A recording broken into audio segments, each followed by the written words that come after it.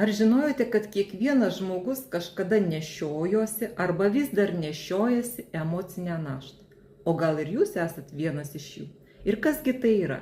Tai seni skauduliai, tos vadinamos vaikystės traumos arba nesąmoningai suformuoti įpročiai, klaidingi įsitikinimai. Ir psichologijoje tai vadinama emociniais blokais arba chronišku stresu. Ir jei atkreipėt dėmesį, tai galite pajusti savo kūne. Galite jausti įtampą pečiuose, spaudimą krūtinėje, gali būti sutrikęs virškinimas ar nuolatinis nuovargis.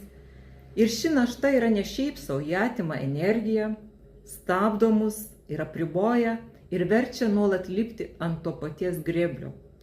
Bet yra ir gera žinia, jūs galite šitą naštą nusimesti.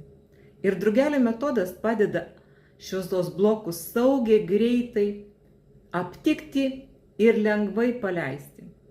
Ir įsivaizduokite, kiek jūs energijos atgautumėt ir kaip pasikeistų jūsų gyvenimo kasdienybė ir kiek toj kasdienybėje atsirastų gyvenimo pusiausvyros ir daugiau lengvumo ir kūrybiškumo ir vidinės laisvės, jeigu jūs visą tai nusimestumėt.